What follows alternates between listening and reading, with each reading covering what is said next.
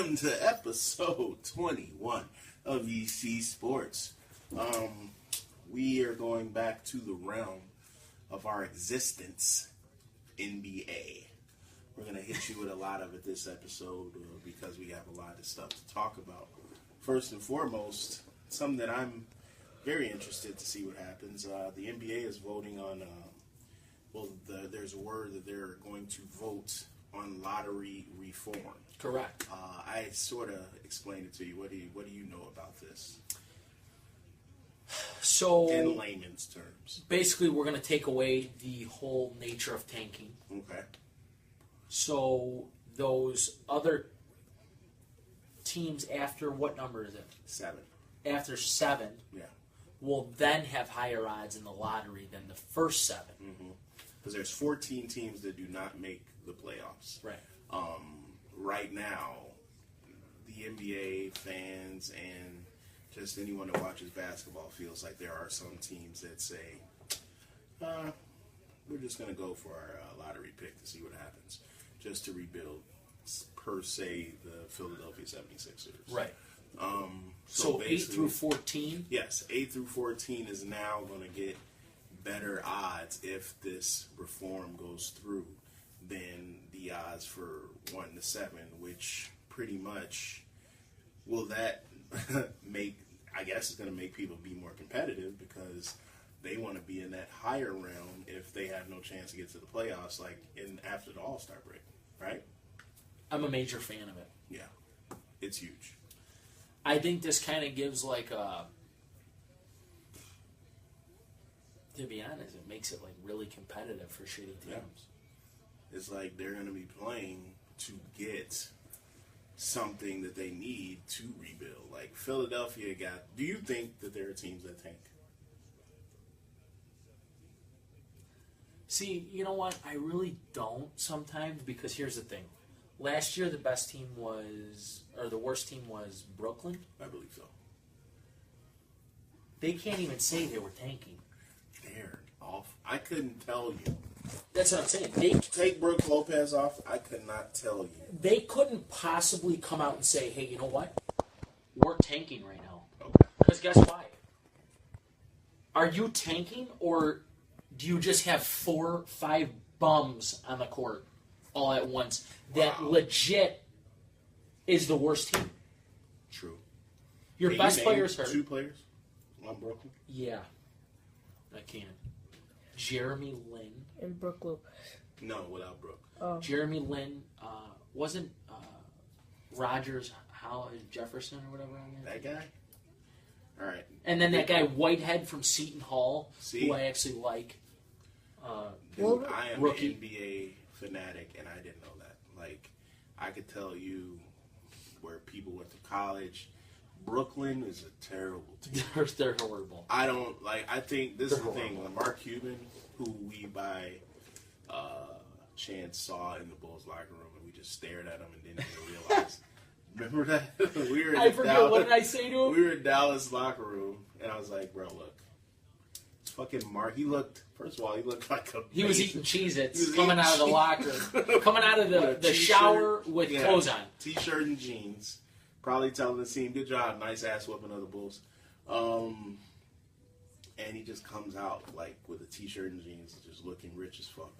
But he looks very old in person. Yeah, he does. He looks way older. Flattish dress. He said, you're a billionaire.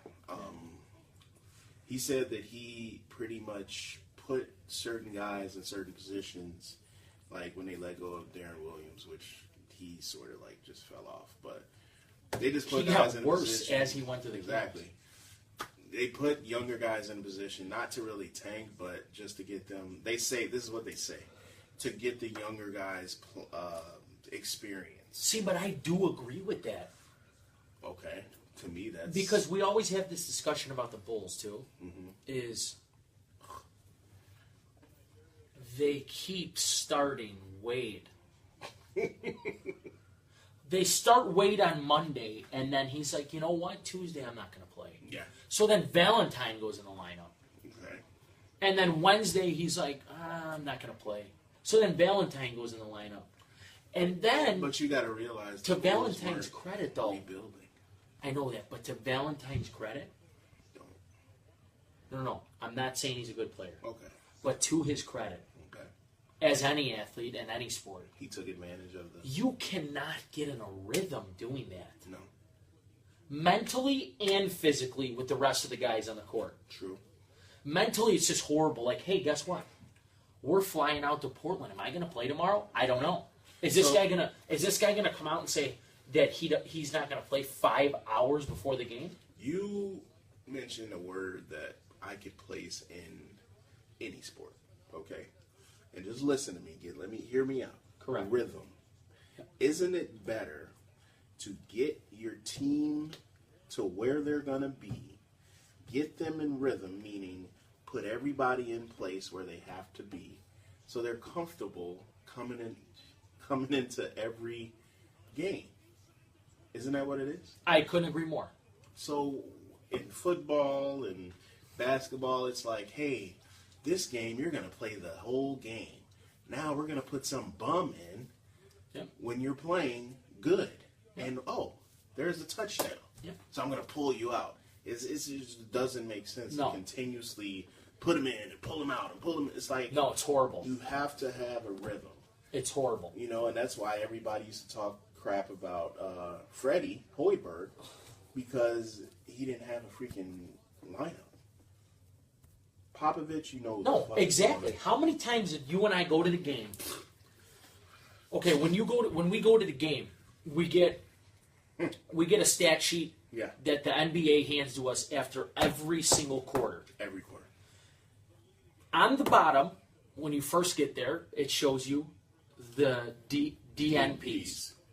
Do not play. Do not play. Or did not play. Literally, the DNPs would be the same 5 guys in January. Yeah. The first week of January. The second week of January, the DNPs would be 5 totally separate guys. And to go as far as some of the DNPs in the first week of January were starters in the second week. Yeah. So they did not play for 7 days in a row. And then they started for 4 days in a row. And I can give you a specific situation. The Bulls were led by Rajon Rondo in the playoffs. And he was a DNP? Whereas he got hurt, and we were like, oh my God. He was a DNP CD. What is that? He was a did not play coach's decision. Yeah.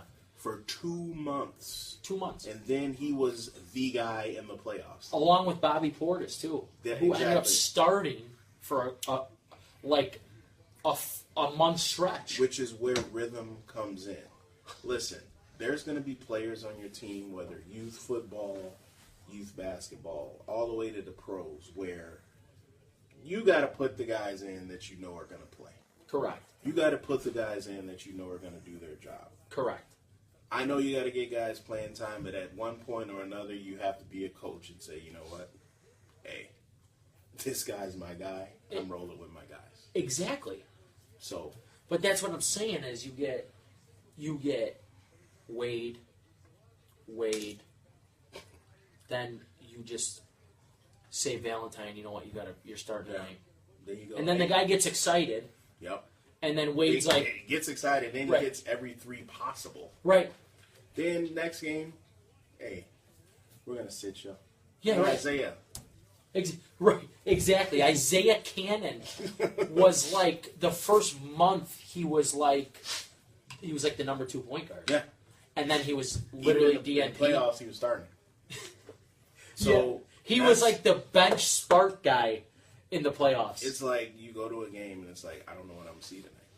And that's the problem. So with rhythm and everything, you have to understand that lottery positioning is the most important right now. So if they go to that reform where the other teams that barely make it, and in the West, a team barely making the playoffs could be 500 or better in the West. So absolutely. Now you're saying, I can't even give you a team right now, but you're telling a good team, right, number 14, like, hey. You got 9 seeds in the West that have better records than 6 seeds in the East. Yeah. Now you're telling them, hey, you got a chance to get the number 1 pick. Right. So that's going to make the bum teams actually try to play. So right. I am in. Especially when the bum teams play the other bum teams. Now it's like they'll have like their own separate column for that shit. Like, so now that reform is going to be amazing. Hopefully they go with that. Now on to the next one. On to the next one, we have the Lakers are fined $500,000. Doesn't it sound worse when you say $500,000? It does. Yeah. Which is absolutely nothing for an organization, by the way. Especially with Magic. Right. For the recruiting attempt of Paul George. Mm-hmm. Yes. For tampering. What's your take on that? It's like one of those things where a kid at school, he pushes you, and then you push him back, and the teacher just turns around at that exact moment for the pushback. Okay. It's literally you got caught, which sucks because every team is doing this. Every team. I don't know if they got caught or someone just snitched on right. Pelinka, because I don't know if anyone knows, but Rob Pelinka is Kobe Bryant's former agent. Yep. Okay, I'm sure he had a few other guys, but when you get guys like LeBron James, Kobe, when you get that one player, you don't really have to be an agent to a lot of other people. That's why you saw David Falk always with Michael Jordan, because, I mean, his 10% was like, he's good, because he gets all of that. So, of course. With that being said, Pelinka probably had a few enemies, or somewhat, in the realm of the front office of the NBA. Right. So apparently he tampered with Paul George, trying to get an idea if Paul George was interested in coming to the Lakers next year, which is almost evident. Which is evident, but because Paul George said it out of his own mouth. But whoever knew about the situation had to leak that to the NBA, and now Magic and the buses have to come up with $500,000 just for asking about Paul George. Right. And that's how the NBA goes. And the thing to me is that the things that go on in the offseason in this league that are reported are even ridiculous, let alone the things that aren't reported whatsoever. Reported. Exactly. Dude, I've been in games where, this is before you started, where I would have, I'm not going to say the players' names, but on one side of the court, the player's wife is there, and then on the other side of the court, it's his girlfriend. Right. Like, that's how the NBA is. The of NBA course. it's like a secret society. Yeah. So everything goes on behind the scenes. Pelinka just got caught up. Right. And somebody snitched on his ass. Yeah. And now the team has to pay for it. Right. If you don't think the Rockets are doing stuff to get Chris Paul, or the Hayward Celtics are doing stuff to get Hayward, to get Anthony. Everyone's doing something. It's like It's like college. It's like trying to say college coaches aren't doing something to get 5-star recruits. Really? Yeah, guys dropping down in a jet airplane. Yeah, him and freaking. You best believe those high schoolers are going for a ride in that thing. Dude, there's probably a couple broads up in there too. Patino. Patino was bringing in hookers for the kids on the overnight. He's false advertised reporting. He said it, but that was crazy, right? He was doing that. He had no idea. Yeah, that's what he said. No idea. Dude, you cannot be a journalist and say that Patino staunchly denied that he had any idea about the back page hookers. Yeah, he had no idea. There you go. He's 60. He's never seen a hooker in his life. No, he hasn't. So, if you guys don't know, Louisville just didn't they lose some games and the freaking champion? Oh, my God. Basically, they got stripped. For the recruits. No pun intended. For the high school recruits, right? Yeah. So basically, they called some hookers for the high school recruits to go there. On the overnights, yeah. On the overnights. That's psycho, man. So. But they only, I heard the reports of it. They were actually, the hookers came over and they played Monopoly all night. Yeah. And then that was it, so. This guy's a dick. But, I mean, that's a huge situation for them. But we're going to spend our last nice 12-minute mark on This motherfucker. So I just read yesterday that Dwayne Wade, and I quote, says that the Chicago Bulls front office of Gar Forman and John Paxson misled him on the future of the Bulls franchise, meaning he was told that the Bulls are going to do their very best to produce a playoff-bound contender. What do you believe about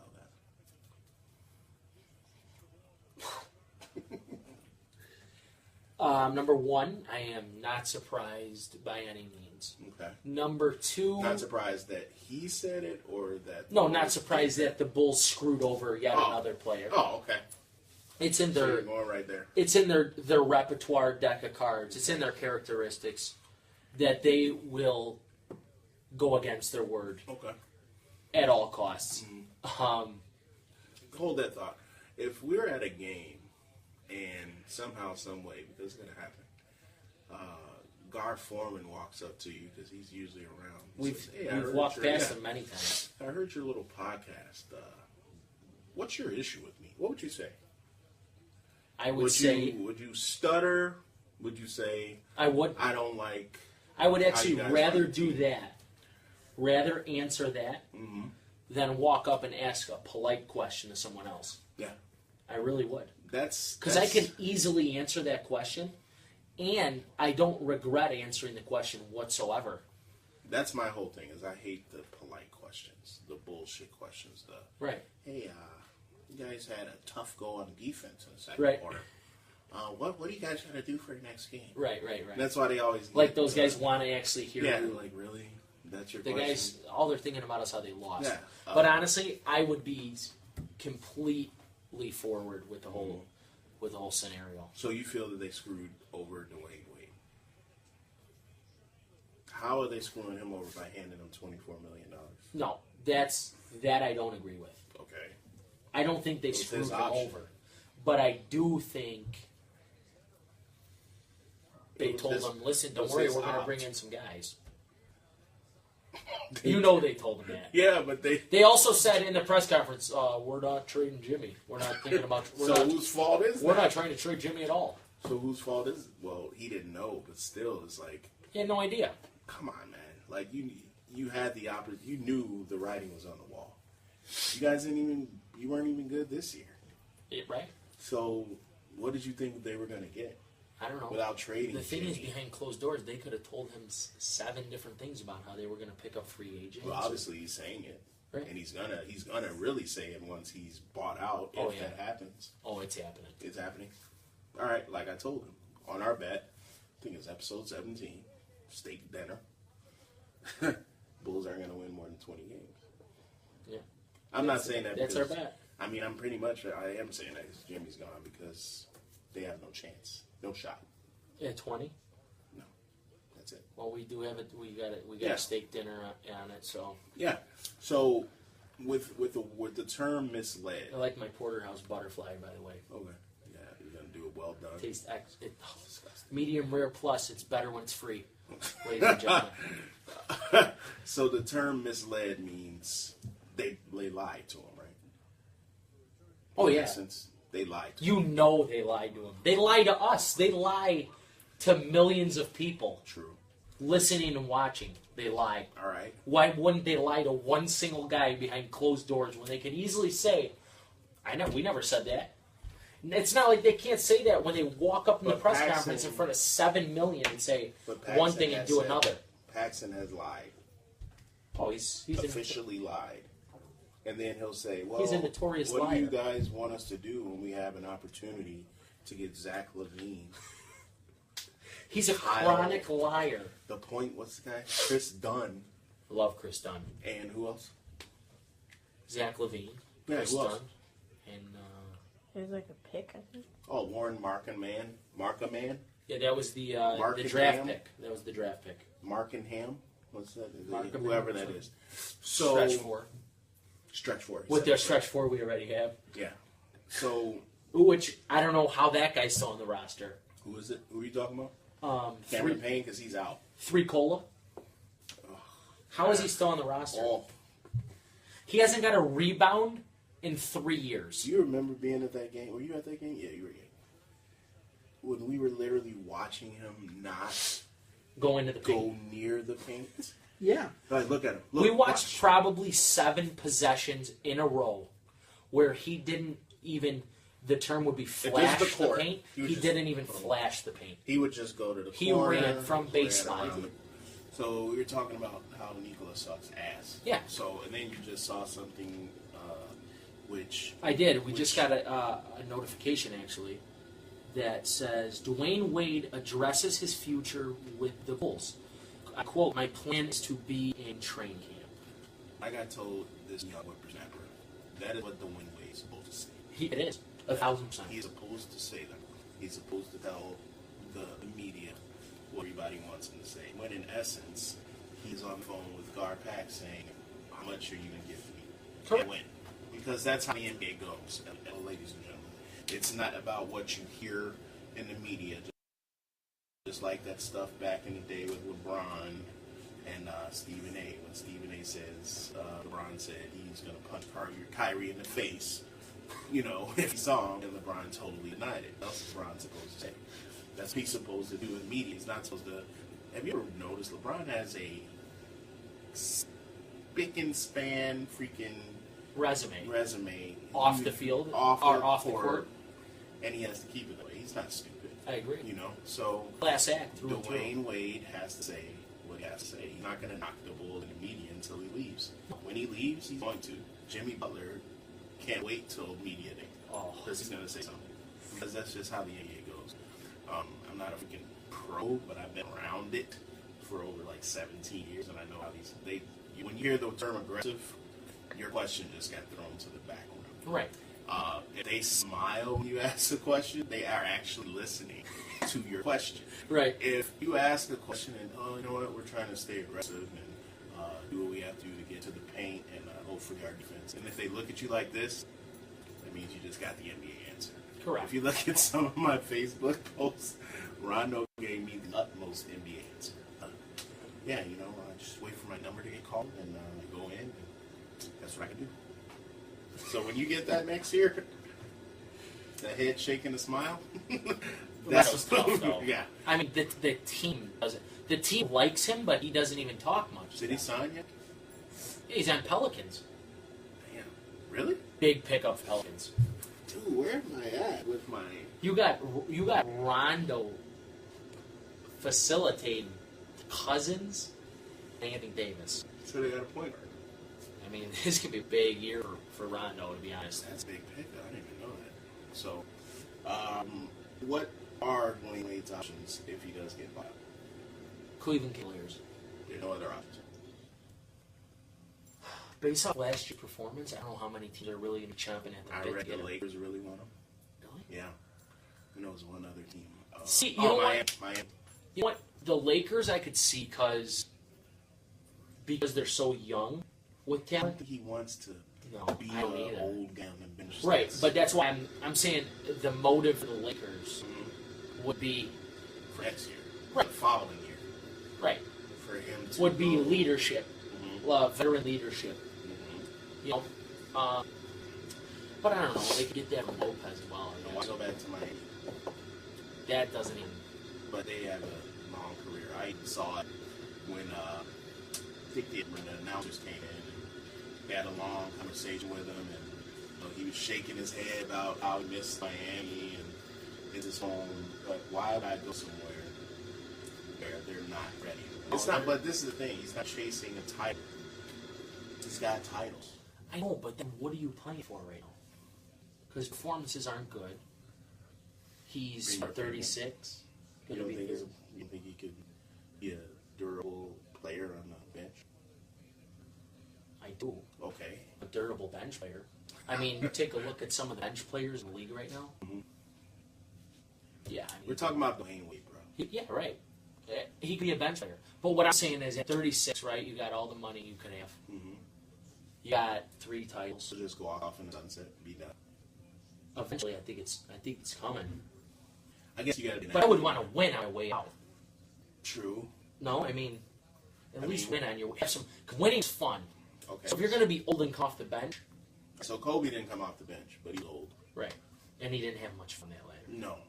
So Which kind of sucks. it would have been disgusting to see him go away the last 2 years, right? To tear up another team just to try to get another ring to tie Jordan or something like that. Right, but see, that's Because if you would have accepted the 6th ring, if he would have won, see, that's a different circumstance though. Why? Because Wade has already left. Whereas if he was still in Miami, you'd be like, you know what? It's like Jeter in New York. Yeah, His last year, they sucked. bad. But he went out as a Yankee. True. Through and through. So Kobe it's went more out. going out as a Laker, but you're saying Wade left, so he doesn't give a shit about. I mean, Wade left, so that whole, like, persona is kind of... Like when Iverson went back to Philly, it wasn't the same. No, it's never the same. It's stupid. Ew, why'd you do that? You Yeah, know? right. It's stupid then. Because once you do that, it just didn't look right. Right. It's been like Jordan going back to the Bulls Yeah. after Washington. This when the And fellas. when he was on Washington, he sucked. Whoa, that's a strong statement. He sucked. He sucked. All right. Next episode, we're going to talk about that because we're done here. He said sucked. Michael Jordan sucked. On Washington. And he was enough. We'll talk about that. Thank you. You just gave us topic for the next I'm episode. pretty excited to talk about Wow. All right. Brings This guy facts. is hilarious. I'm going to have it. facts. You better The bring fuck. facts. I remember he scored 6 points in one game. For Anthony and Dylan, have a good day. Can't